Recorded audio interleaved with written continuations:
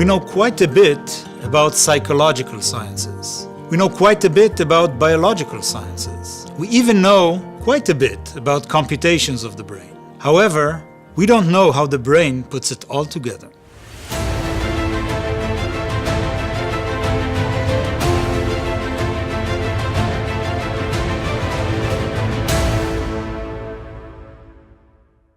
Computational neuroscience is the study of brain function in terms of information processing. It is an interdisciplinary science. It encompasses engineering, biology, mathematics, and physics. Computational neuroscientists are the glue among us and connect the cognitive scientists and the biologists. The special aspect of LSEC is this crosstalk between theory and experiments. Today you're going to see a few examples of our scientists that use computational or theoretical neuroscience in their experimental studies. When I first got into dyslexia, I thought it's about visual difficulties because you read the written scripts and dyslexics have continuous difficulties and do not become expert readers even after years of experience. We have shown that the difficulties of dyslexics is in implicit memory in the sense that as we read, what we really implicitly build is a prediction or a representation of how our language is structured.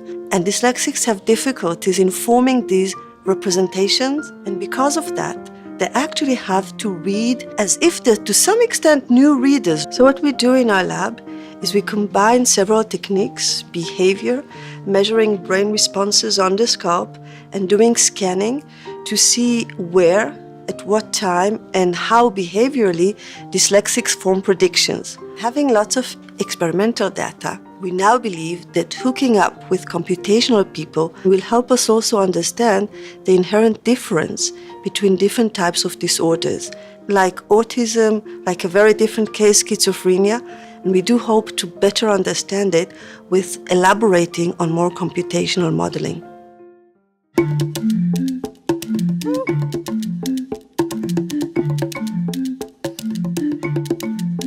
My research is dealing with the issue of the acquisition of vision in children who are blind from birth. The reason they are blind is because they are afflicted with cataract, which is unoperated till relatively older age. In Ethiopia, unlike the West, these children are not diagnosed at all, and they remain blind due to the cataract for years.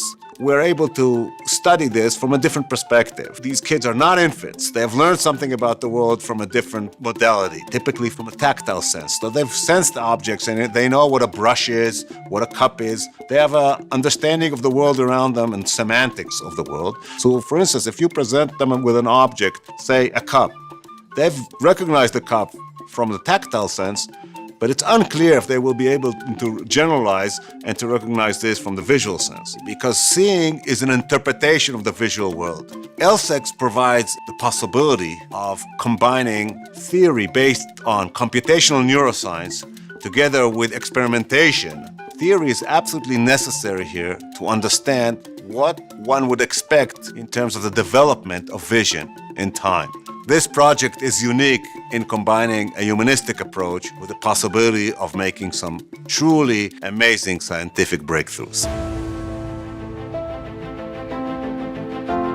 Quite early, when we entered to the study of Parkinson's disease, we found that there is one area of the brain which is overactive in animal model with Parkinsonism. And therefore, we decided that we can try to inactivate this area in order to cure Parkinson's disease. What we do is to inactivate this small area of the brain, the subthalamic nucleus, by deep brain stimulation.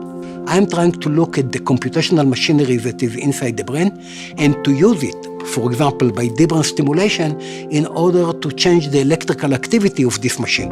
LSEC is a kind of a very solid background of mathematics, physics, electrical engineering. We can take this concept from LSEC of computational neuroscience and use it in order to understand better the pathophysiology of Parkinson and to offer better treatment in the future, like the closed-loop deep brain stimulation.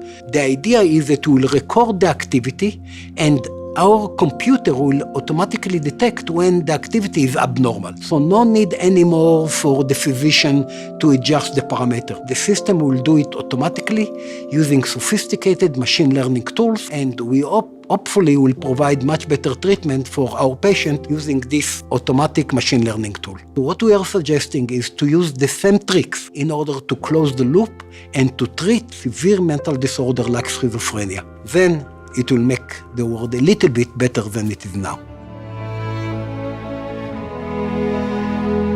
In order to understand brain function, we need a new generation of interdisciplinary students. Like my friend Idan Segev says, the Renaissance, the Da Vinci students. Today in ELSEC, we are already very proud of our PhD program, and they will be the scientists that will help to solve the enigmas of the brain.